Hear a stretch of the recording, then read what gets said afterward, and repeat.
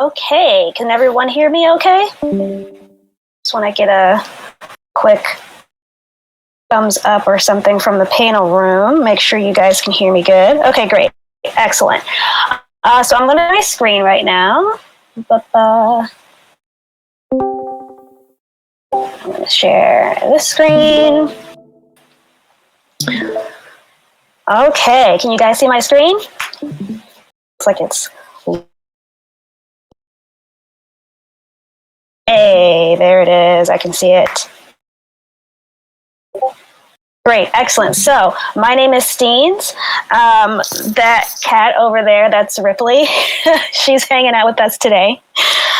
So what we're going to be talking about is preparing your pitch for review. So that's whether you're going to be sending your pitch to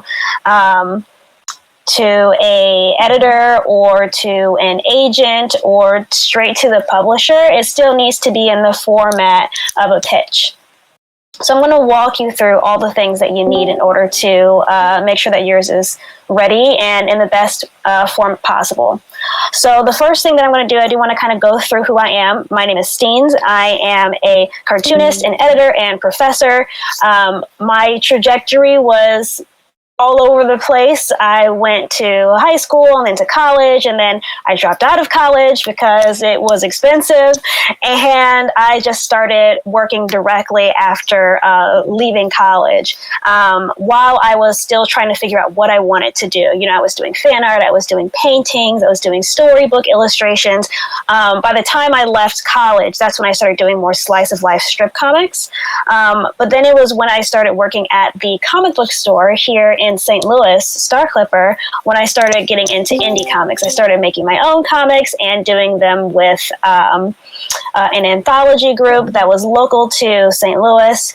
And that's when I really started getting the experience for working collaboratively, working digitally, working with an editor, making sure that my files were appropriate for print. So if you have the opportunity to work in an anthology, if you're into comics, I highly recommend doing it, because you're going to learn a lot more from actually doing that comic in the anthology than anything else, really. So this is some of my artwork.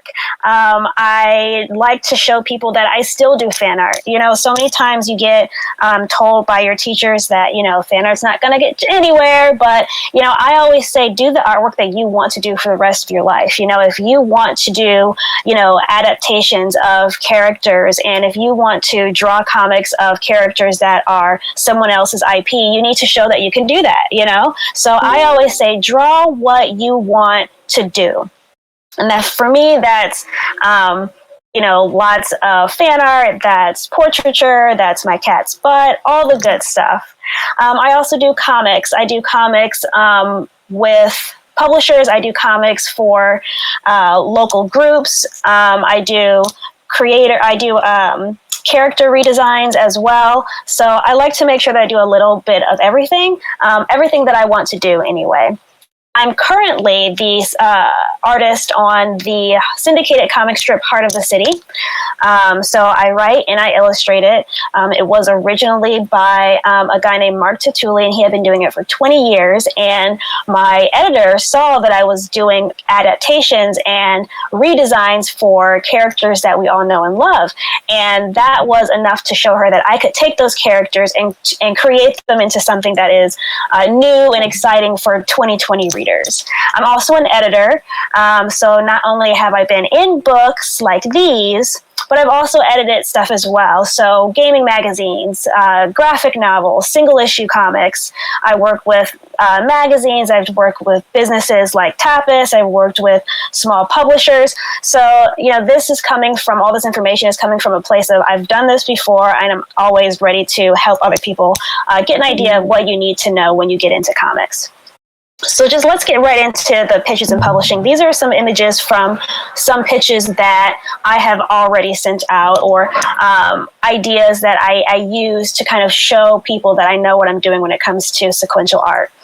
But here are the things that you need to include in a pitch. I've already provided you a link to the general pitch layout. If you go to the panel room, you can in the Discord, you can actually see that I've dropped the link there. Oh my gosh. Sorry. Briefly, please. Okay. Anyway, so what to include into a pitch? First off, you want to make sure that you have your sequential art. If you're trying to get a job doing sequential art and you want to pitch a graphic novel, you need to make sure that you actually have sequential art in your pitch. Seems obvious, but you'd be surprised. Also, you want to make sure to include the entire story. A lot of times people say, oh, well, it's just a pitch. You just need to get like an elevator pitch, right? Incorrect. You need to have the entire story. No publisher is going to want to buy your book or your idea if they don't know how it ends.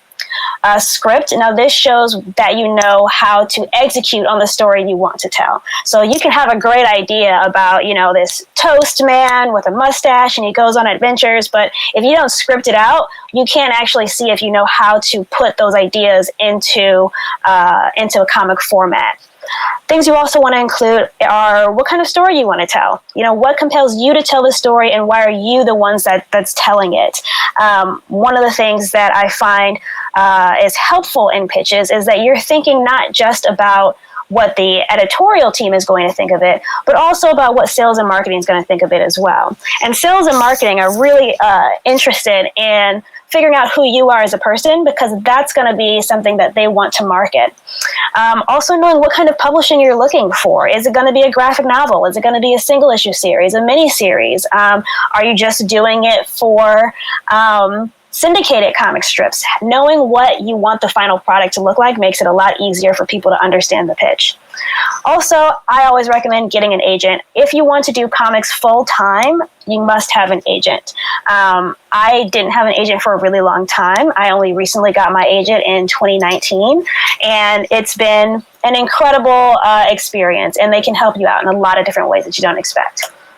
So before we get into the details of what's in your pitch, let's think about who's actually reading the pitch. What is the actual timeline of your pitch when it's received? So first thing, you have your pitch. Let's say you send it to your agent. Your agent's going to look it over, and they may want to make some changes. They may want to add some things in.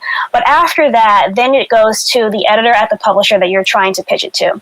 So this editor is going to look at your work. They're going to look at the synopsis. They're going to look at the full outline, and they're going to decide, is this something that I want to bring to the rest of the editorial team to decide if we want to actually buy this book?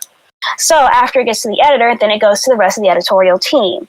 After the editorial team looks at it and they all decide, yes, we want to publish this book, then it gets moved to sales and marketing. Sales and marketing will take a look at it to see, is this something that they can, what they feel like that they can sell? Is this something that they feel like they can market? And if so, then it moves on to the powers that be, if that's how the publisher works. Oftentimes you have a head honcho, of finance, who basically tells you, do you have enough money for this or not?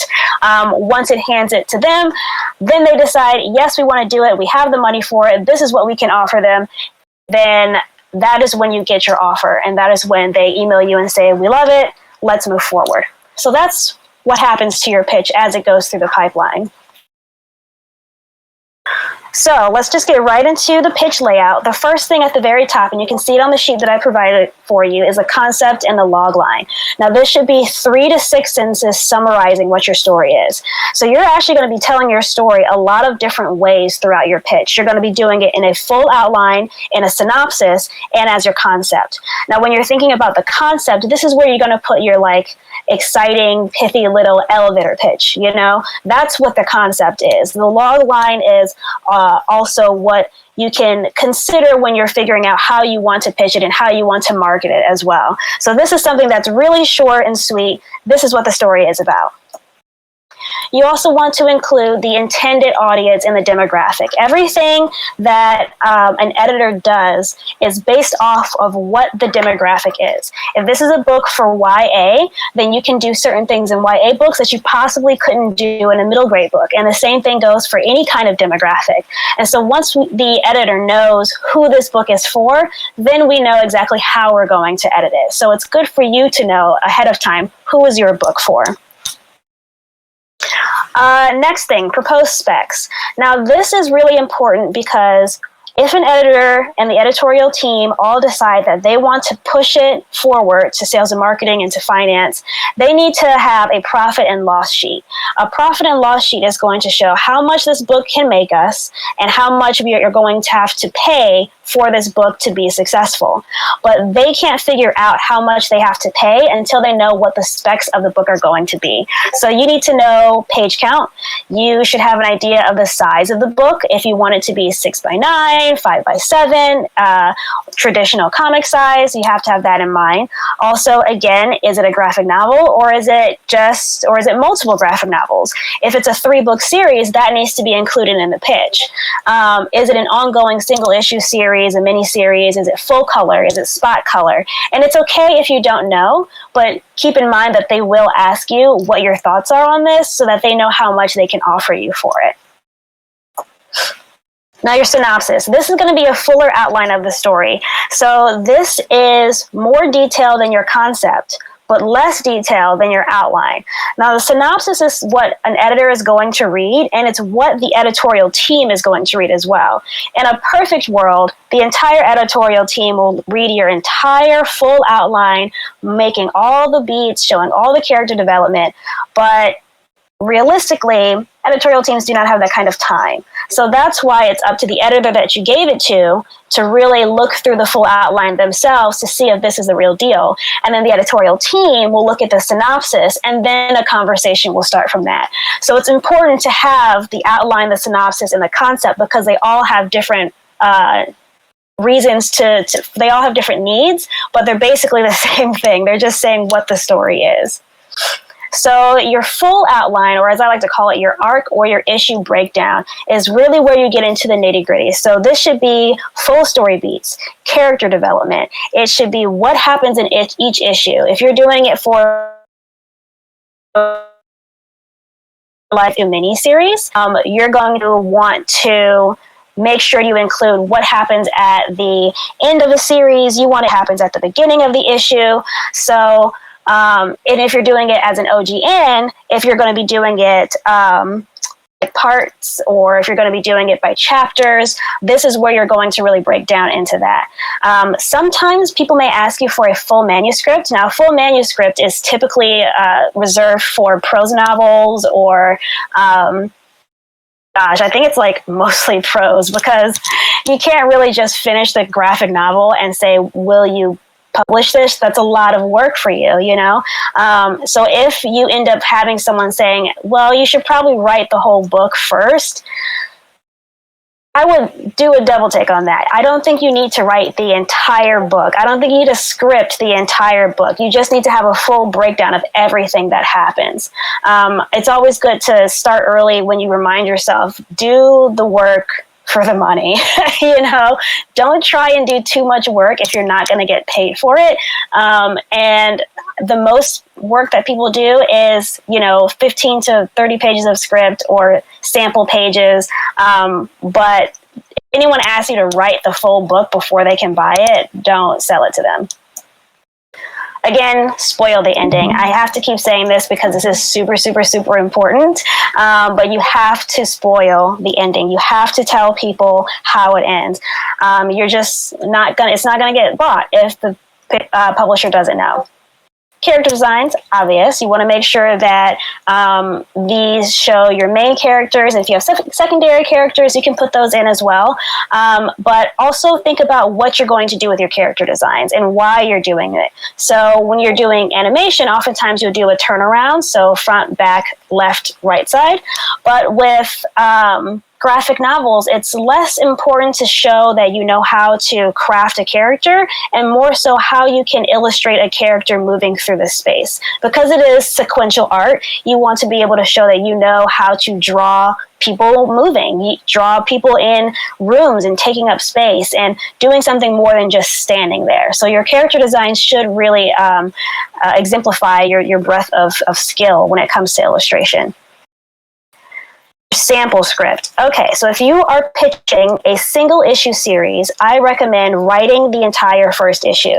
This way the editor knows how the beats are going to go in the other issues. They can get a good idea of your style of writing. This way you don't have to write the entire book. If you're doing a graphic novel, I recommend doing 15 to 30 pages of the script. Again, depending on the team, it could be the entire book, but it's pretty unlikely that you need to script the entire book unless you are incredibly not well known, or if you haven't, if you just stepped out of school and you're like, I'm an adult now, let me pitch something. It's possible they may want you to put the entire manuscript because they don't have any examples of what you've done before. That's the reason why people need scripts, because they want to see what you can do. So if you do 30 pages worth, honestly, that should be enough. Comic strips, if you are pitching to do a syndicated comic strip, so the kind that you have in newspapers like Heart of the City and mine, you'll want to do 7 strips. So that's dailies and then a Sunday. That's Monday through Saturday and then a Sunday. The goal of the script, it shows that you know how to write. It seems very obvious, but it's true. You need to know if the person knows how to write, but also if you know how to execute the pitch, which I did mention before. Okay, sample art. If you are pitching a book, you must show sequential art, not illustrations. Illustrations are great, and if you want to be an illustrator, that's also great. But if you're pitching a comic book, you have to show what the finished product is going to look like. So single issue series, I recommend about 5 pages. If you want to go further, you can, but I think 5 is enough for people to see your skill. Graphic novel, I say 6 to 15 pages.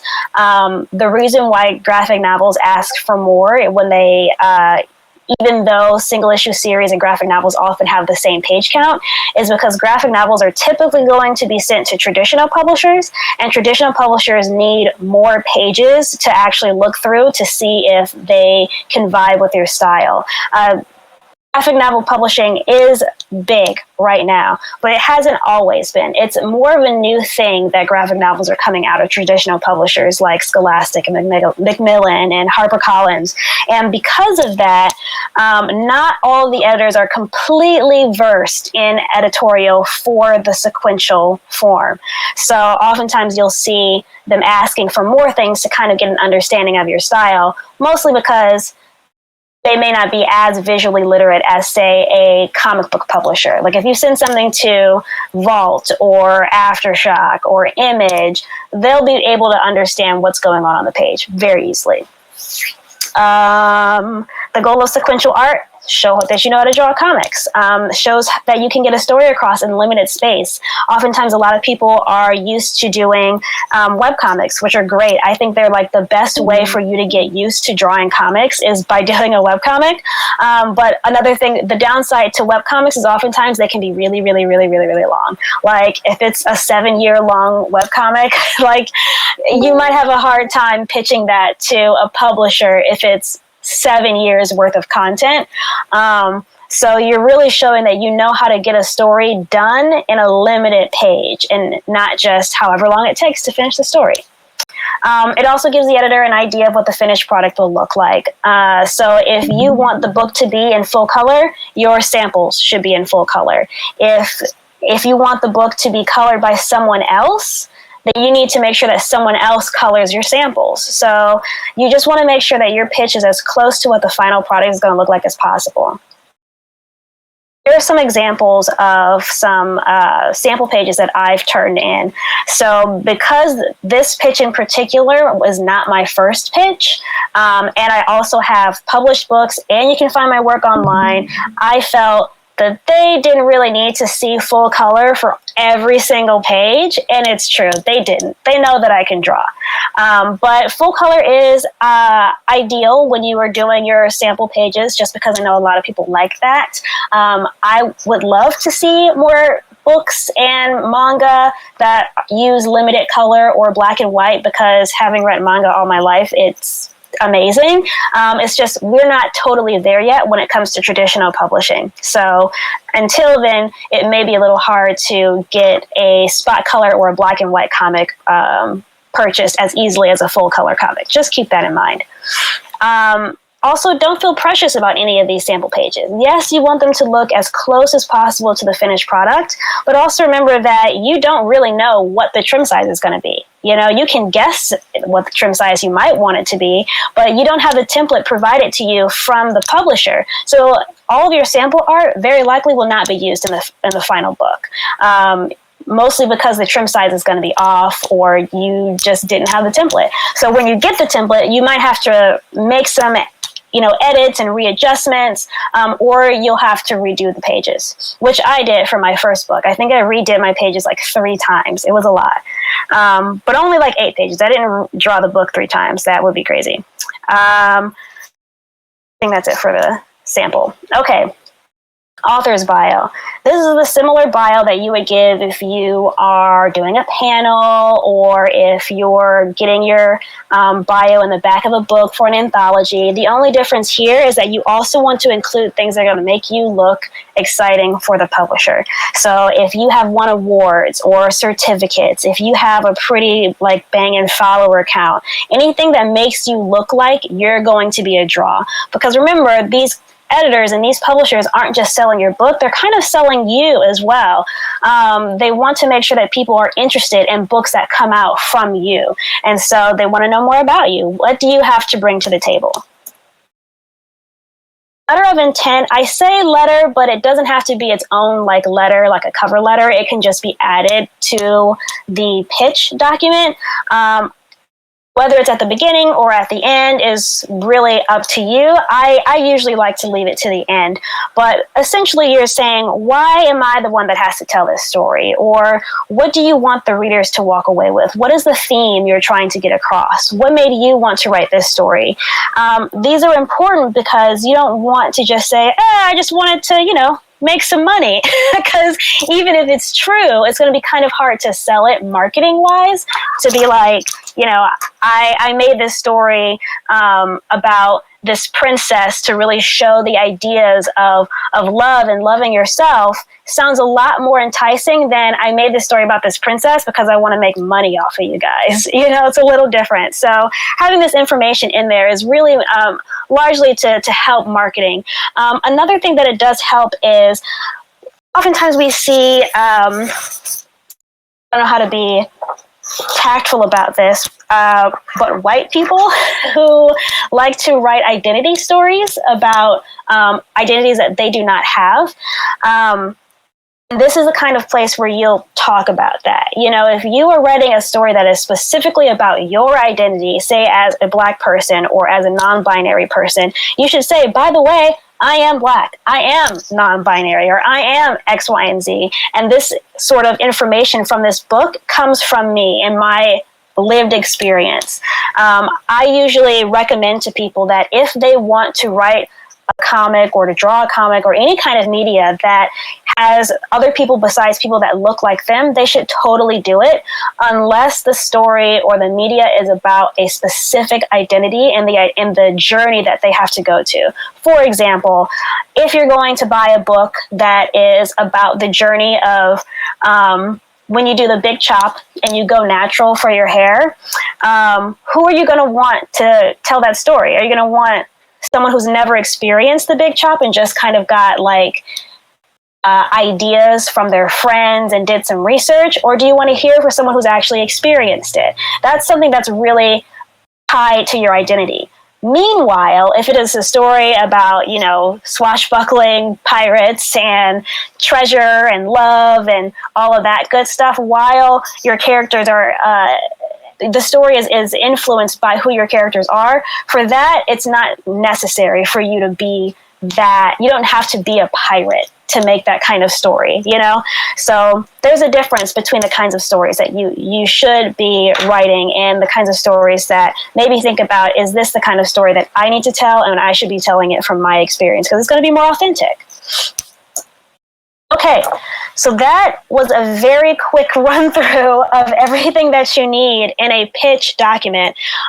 Is there anything that you want me to go over specifically? I think I kind of ran through it because I didn't want to take up too much time. I also have an opportunity for you guys. I can walk you through how I do my graphic novel process, or I can walk you through how I do my syndicated comic strip process as well. So let me look in the panel room to see if there are any specific questions from anyone. Okay, looks like people want to see a graphic novel process. Okay, good. Oh, wow, overwhelmingly. Okay, great. So that's what I'll do then. Okay, so this in particular is for an anthology that I had done. The OGN is Original Graphic Novel. OGN stands for Original Graphic Novel, by the way. Okay, so what I do for my comics and anthologies and for graphic novels are essentially the same thing. The only difference is how long it is. Largely because I don't typically write my own graphic novels because I don't want to, so I don't.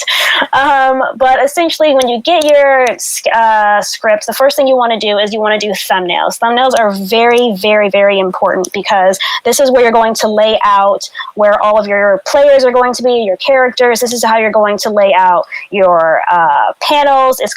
You're gonna see where your dialogue and your text box is. This is the kind of stuff that you absolutely have to have before you jump into pencils, inks, colors, lettering. Because if you just kind of go from nothing, it's kind of hard to see the full breadth of what the final product is going to look like. And things can change really easily as well. So I do thumbnails first, and you can see here, I didn't really type in the dialogue. I just put like little speech bubbles. I wouldn't do that anymore. I think it's actually much better to type in the dialogue. It doesn't even have to be like the same typeface that you use in the final product. It just, as long as you know how much space is going to take up in the page, because that's something that is really, really easily mistaken, is when you start drawing and then all of a sudden your letterer gets it and there's no room for this. So if you account for it ahead of time during the thumbnail stage, you won't have to worry about it. And then for this book, instead of doing pencils on some pages, I did straight to inks. So on this first page here, I did straight to inks because I really wanted to mess with textures and figure out the layout. And I just really kind of wanted to be a little more messy. I did illustrate I did pencil the areas with the characters, but I just didn't include it in the PowerPoint. But once that's all inked, then you can pass it along to your letterer or your colorist. And then this is how I colored this one. What I like about the whole graphic novel process is that you have the opportunity to get creative. So this story in particular was about a haunted piece of sheet music. And so I tried to find ways to get the ideas of, the horizontal lines in sheet music and making them more sinister by making them angular and different sizes. And this sort of stuff comes after you do your basic color, your basic flat colors. Then you can really play with textures and panel layout or panel illustration styles and blending modes. All of that stuff comes in the coloring phase, which can take a long time to do, especially if you're one of those creators that is like messing with the opacity for like 10 hours, which I am one of those people. So coloring can take a while, but it all starts with the script. Look at the script, really understand what is on there. And remember, as the artist, you should have the final say on how it's laid out. Obviously, if you have an editor and they're saying it's hard to read because of, basic reading style from right to left, but when it comes to like writers and artists, the writer writes for you and the artist illustrates for the reader. So really think about what the reader is going to look at when they see your final product, rather than trying to get it as perfectly accurate to the script, because that can change, And also, when you're working with other people, collaboratively, some people may not have the background that they need to really say how many panels goes on a page. If they're not used to actually drawing a comic and they say that this page has 10 panels, you have the authority as the artist to say, no, this page doesn't. It's not happening. So make sure that you know that you're the ones that have the final say on that. Okay, so I talked about the GN process. What if you have an editor already? Good question. If you already have an editor attached to a project that you were pitching, totally go in with that and let them know that you have had an editor helping you with it. Some publishers will be fine with having an editor that you've already picked. Other publishers will not, but you just have to be upfront about it. Typically, though, for a traditional publisher like Scholastic, Macmillan, HarperCollins, they're going to want to have their own editor on staff because they want to make sure that it is up to the standards of their publishing company. Method of finding an editor. If you are very early in the process of creating your OGN, also before looking into that, should I copyright my IP or leave that to the organization I join? Great question. Okay, best method of finding an editor. You can very easily kind of go online and say, hey, I'm looking for a comics editor. Anybody have anyone? So that's one way to do it. Some people will have their information available on like editor-specific websites. But for the most part, you kind of have to just find them on your own. But they're not hard to find, especially if you have a community like this. You can very easily say in one of the channels, hey, I'm looking for an editor for this pitch, or I'm looking for an editor to look over something. Who do you guys have in mind? Because there are plenty of comics editors out there. You just have to figure out which one works for you. to. So I recommend asking others who they like to work with. And before looking into pitching, should you copyright your IP? So just by creating something, it is already copyrighted. So like if you had an idea of, mustache toast and you drew it on a napkin in your kitchen, it's officially your IP. It's already copyrighted the second you put it down. Anything that is tangible is officially under your IP. You don't have to go to like a copyright office to get that done. It is automatic. I recommend doing that sort of thing if you, like for example, I do a program called Comics University.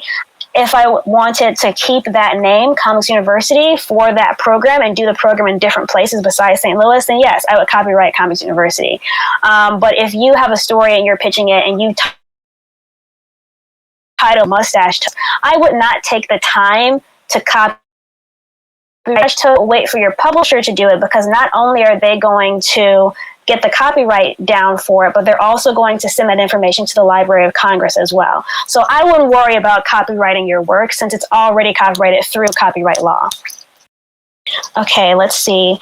Can you share the slides that you're currently using to teach us about pitch? Oh, yeah, for sure. Let me go through those slides again.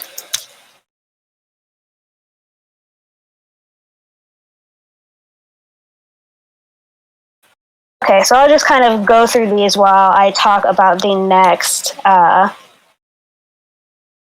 next question. Is it better to get an editor or an agent? That's a really good question. Editors and agents do different things. An editor is going to help you solidify your story and get it to a place where you feel really comfortable. An agent is going to, they can also edit. Some agents do edit. But the agent is going to be the one to sell it to a publisher. So for example, you have a pitch and you come to me and you're like, I need you to look over my pitch before I send this to a publisher. I'll look at it. I'll charge you for it. And once the pitch is in a place where I think it is good and you think it's good, then it's up to you. I can't help you really with anything else. I can't take your pitch to a publisher, But an agent, if you have an agent, they can look over your pitch and they'll be the one to package it appropriately and send it to all of the publishers that they think your book is going to do best in. So to answer your question, I recommend doing both. Unless your agent is also an editor, then I would just let your agent look over it. Okay, let's see. I've been pitching my ongoing webcomic for 2-volume graphic novels. Is there anything in particular I should keep in mind when pitching? I'm not sure how many pages both volumes would be. I have helped publish a webcomic before. So the webcomic Witchy by Ariel Reese, I helped get that published traditionally. The first thing you have to let them know when you're pitching that book is how long it is. You also need to let them know what trim size you were using when you had the webcomic, as well as what color profile you were using as well. A lot of times when you are putting work up just for web use, it's in the color profile RGB. And when you print comics, it has to be in the color profile for CMYK. So if you pitch it, you also need to let them know, by the way, these were in RGB because I put it on mine. So that's another thing that will have to be done in the production process, is converting all your files to correct trim size, correct DPI, and correct color mode. So put it in your pitch, let them know. That could also be in your letter of intent as well, to have that information just so that the publisher knows what they're getting into before they decide. Okay, let's see. What DPI do you normally work in for comics? It's different, actually. So for my first book, I believe I worked in... Actually, I don't know what I worked in for my first book. But when I do work for publication, I usually just do 600 DPI. 600 is really high. So if you are working in 600 DPI, make sure that you have the computer processing for it, because if you don't, your laptop's going to take off like a rocket. So I recommend 600 DPI, but you don't have to do 600 DPI for your sample pages, because remember, you're not going to be using those sample pages in the finished product because you don't have the trim size, you don't have the template. So if you want to just do 300 DPI for your pitch, you totally can. Okay. Any other questions? I'm wondering if I missed any as well. Graphic novel process. Okay, let's see. Do I know any good templates? Not really. I'm sorry. I usually just do 6x9 because most of the comics that I want to do are YA graphic novels, and YA graphic novels are usually 6x9. I would say that a good rule is to, if you are trying to figure out a template, figure out what trim size you want first. Pick a book off of your shelf, and if that's the kind of size that you want to work in, find out what the trim size is by using a ruler. So it's just height, width. And then when you actually make the template in your program, whether it's CSP or Photoshop, make sure that you have your bleed and your trim lines appropriate. So your trim lines, I usually do 0.5, and then the bleed, another 0.5. So make sure you have enough space on each side. But also, I believe if you go onto Google and look for like traditional comic template, you can find them. There are websites that have those. But again, don't get too precious if you're doing it just for the pitch, because it could be different by the time you get it to a publisher. Any recommendations for traditional art comics? Oh man, my favorite thing is Monsters is also done in traditional art. A lot of watercolor type stuff, so like Black Sad, that one is also traditional. I think The Arrival is also traditional art. What else? I'm like looking at my bookshelf to see if I can pick any that were traditional when they were done. Also, if you're in the panel room, you can always offer your suggestions as well as to other things that could match it. Actually, I think all of Raina Telgemeier's books are done traditionally. At least the first few were done traditionally because I got one of her pages from it. So that's one as well. So I wouldn't feel like you have to work digitally. If you are working traditionally, there are ways for you to get your book published. You just have to have a good scanner, pretty much. Okay, let's see. Do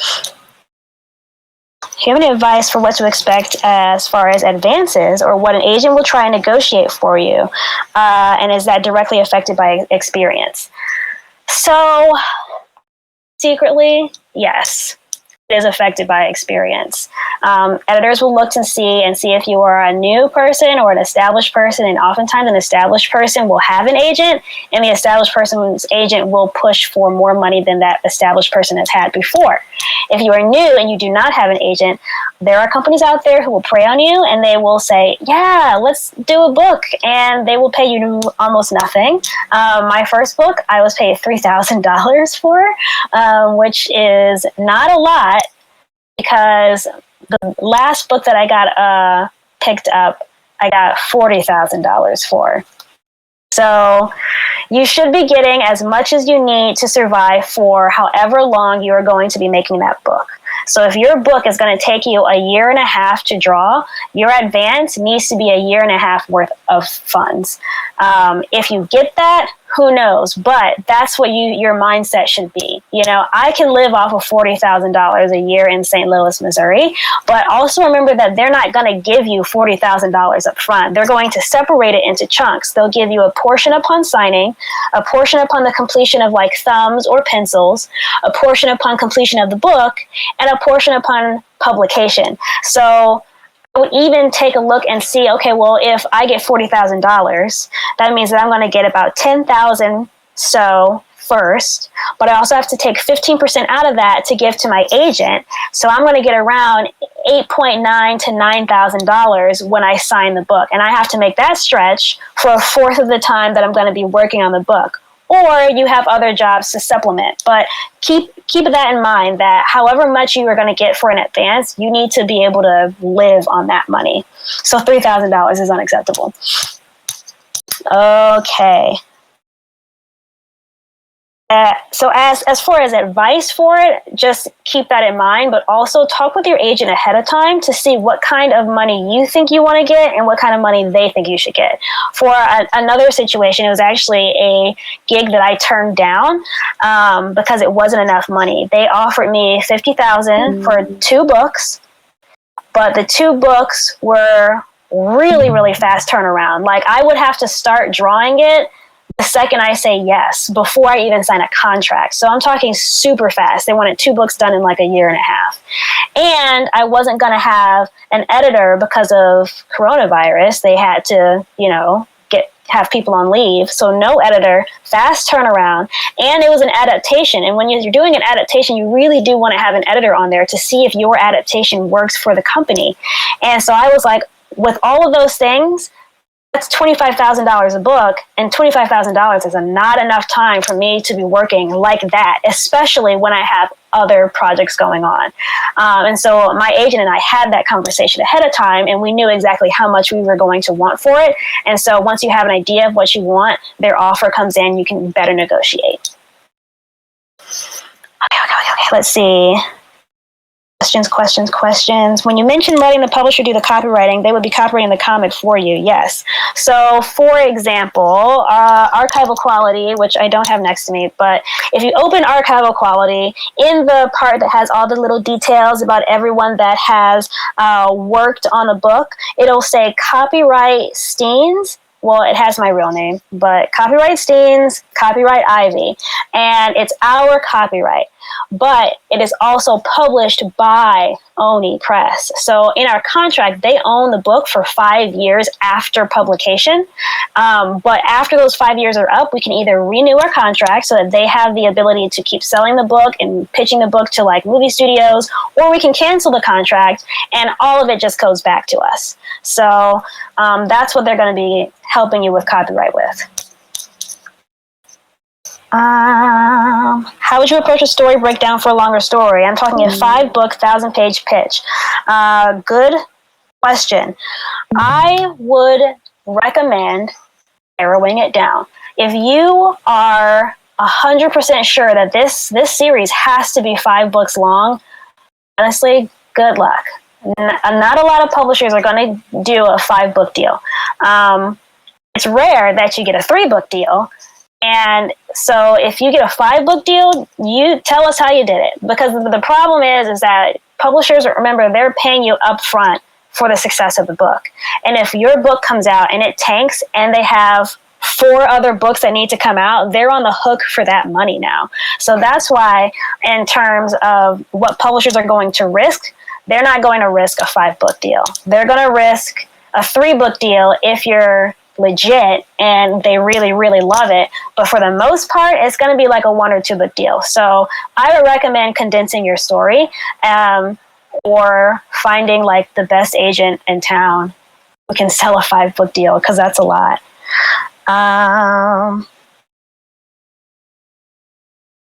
How would you pitch a webtoon? So I'm not totally as versed in the pitching process for webtoons, but I do know that the format for webtoons is available online for people to know like how to do it. And I believe Clip Studio Paint even has a way to export your stuff in the same vertical style for webtoons.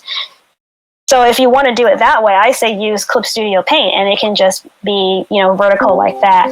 But you're going to be pitching almost the same way. It's not going to be so much a pitch packet, but when it comes to like webtoons and tapas and whatnot, they actually don't really need to know the ending before they pick it up. They just have to like have faith in the story. So that's as much as I can really tell you from my limited experience with them.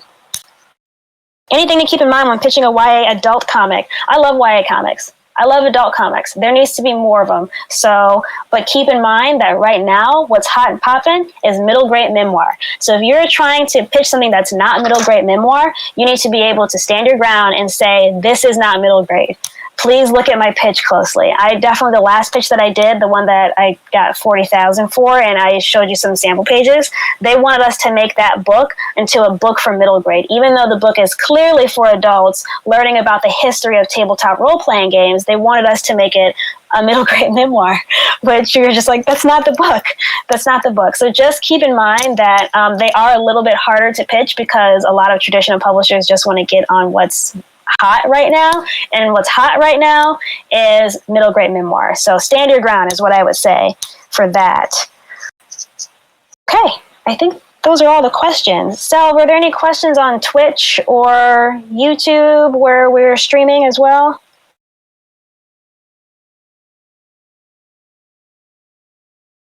Yes, no? Okay, no questions for that then. Well, that's pretty much it. That's what I've got for you. And remember, you can always go back to the panel room where I have posted a document for you to use on your own. It has everything that was in this presentation, a very quick layout of what's included in a pitch packet. And a pitch packet could be a PDF, it could be a Drive folder, as long as you have all of the information in it together and it's very easy to flip through, you'll be good. So make sure there are no other questions before I go. No, that's pretty much it. So thank you everyone for coming. This was a really, really great turnout. And also here, let me actually go back to the main page where you can see my contact information. I'm Steenz on Twitter and Instagram. I also have a TikTok. It's _Steenz. And then my email is also there as well, because if you have a question and you want to just email me, you absolutely can. I answer all emails, unless it goes to my junk folder. So feel free to send me an email if you have any questions at all. Okay, that's it. I'll stop sharing.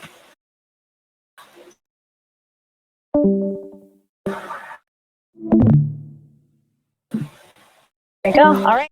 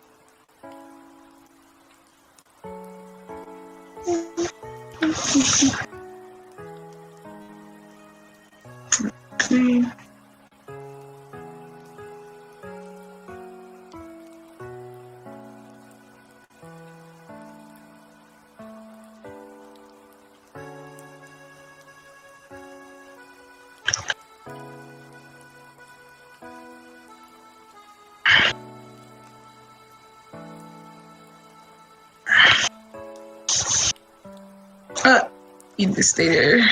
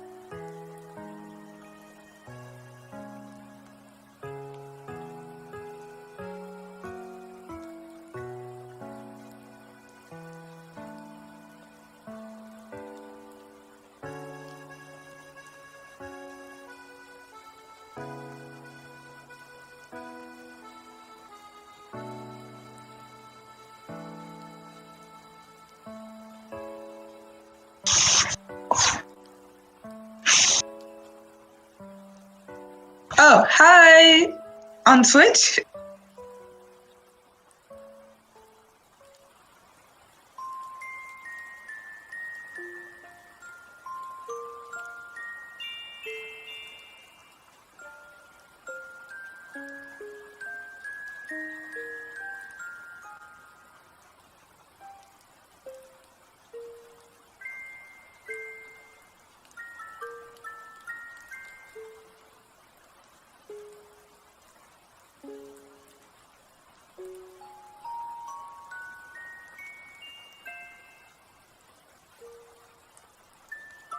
Oop. Let me not like accidentally click out of the thing. Oh my god, not the lace front. No! No.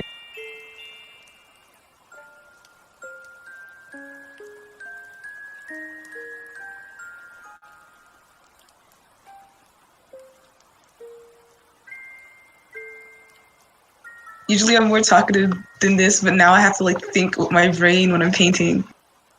Cause like it has been a while since I put more than like 3 colors.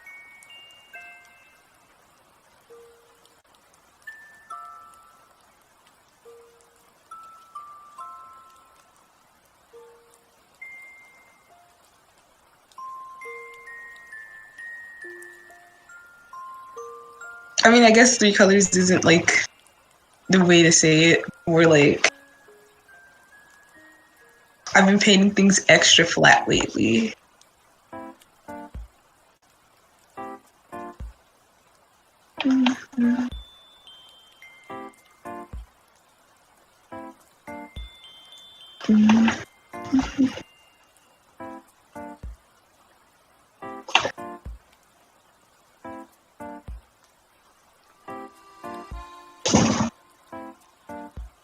Oh yeah, that is also true.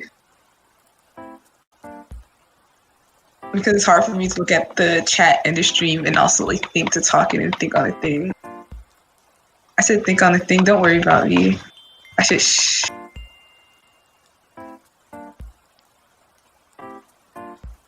That is true. You're loud and you're funny.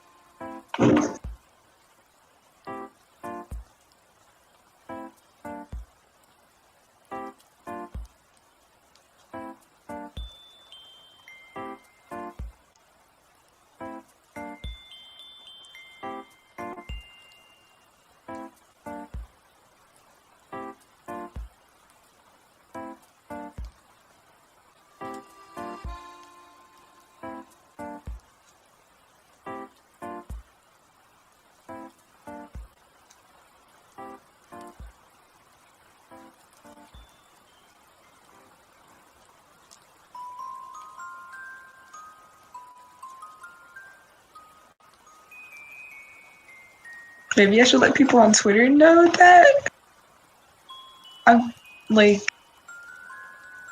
my stream is live on Twitch, but let's see.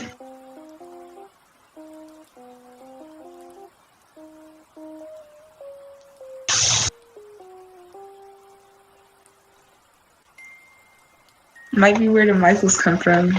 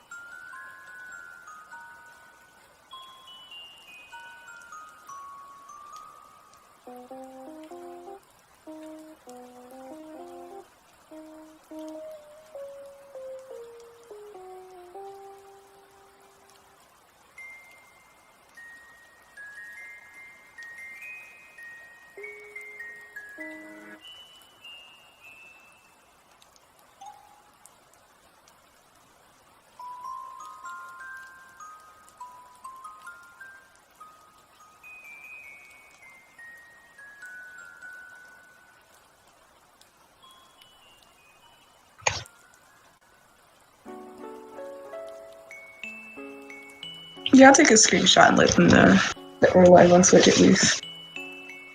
Because I've been horrible at advertising this. I'm sorry, Grandma.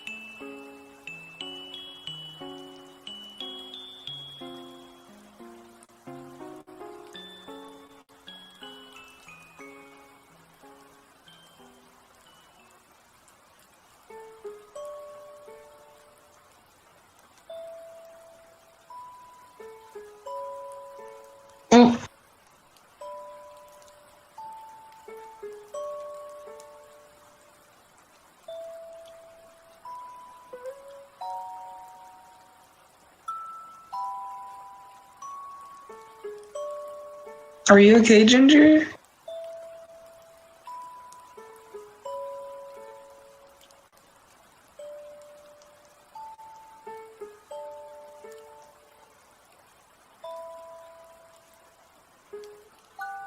Okay, good.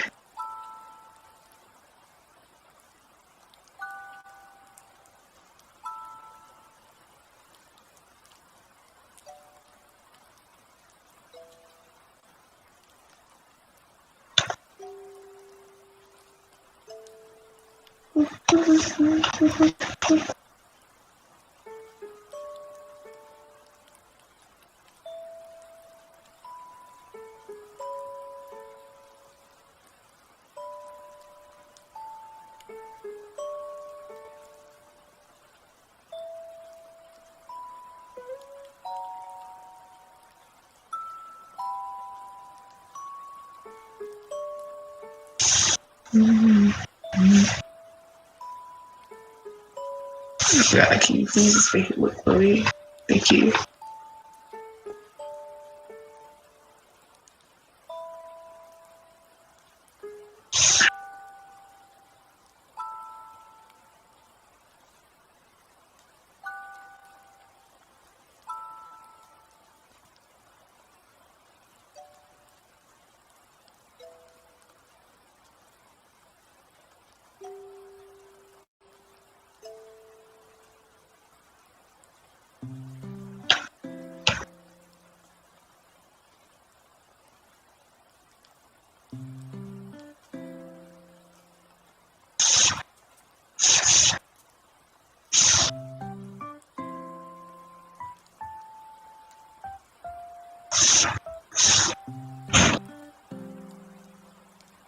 Oops, okay, I'll worry about that later.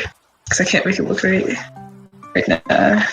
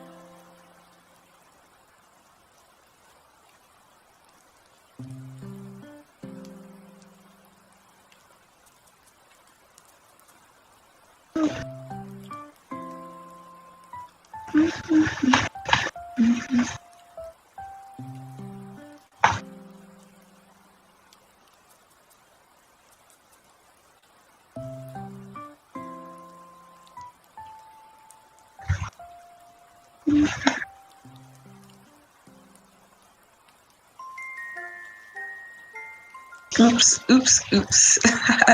Oopsie.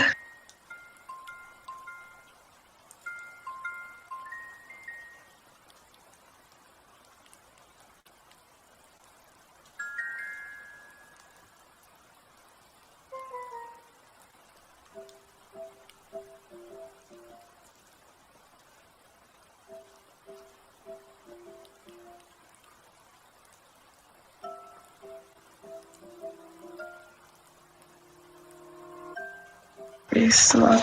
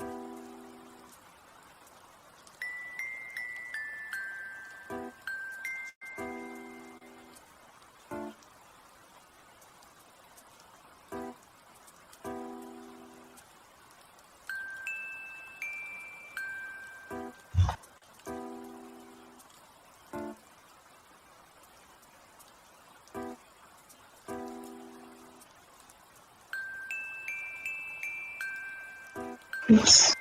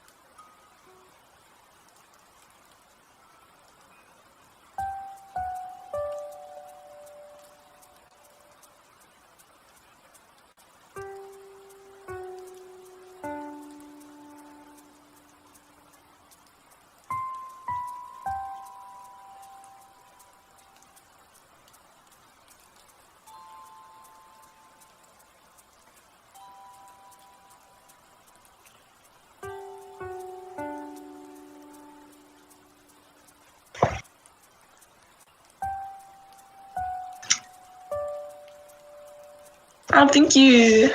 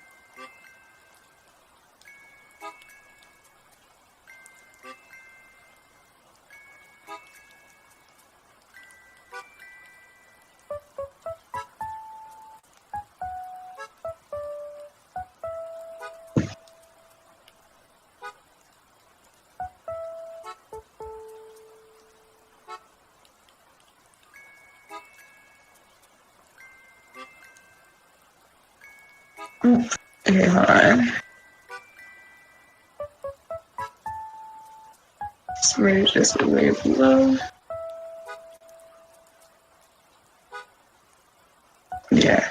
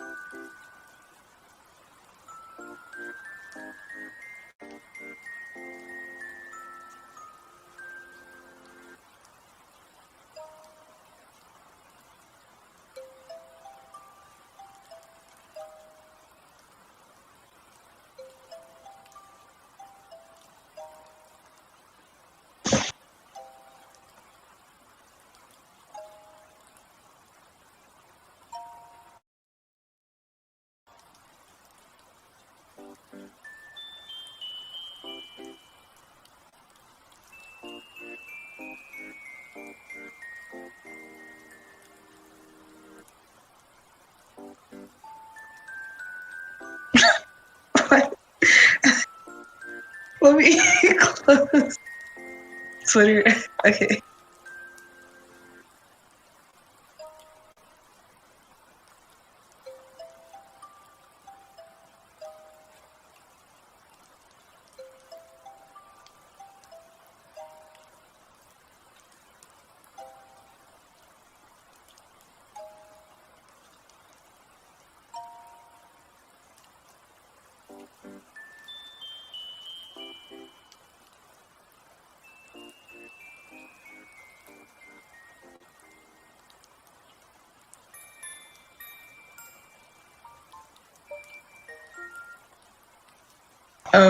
Okay.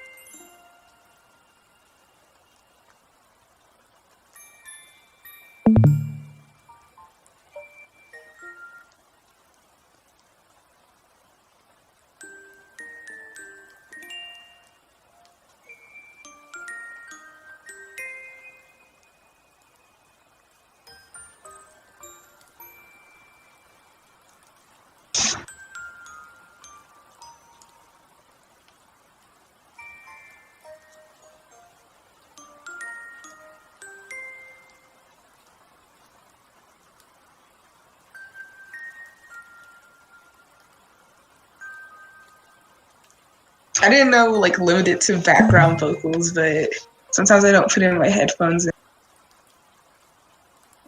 things sound kind of fuzzy.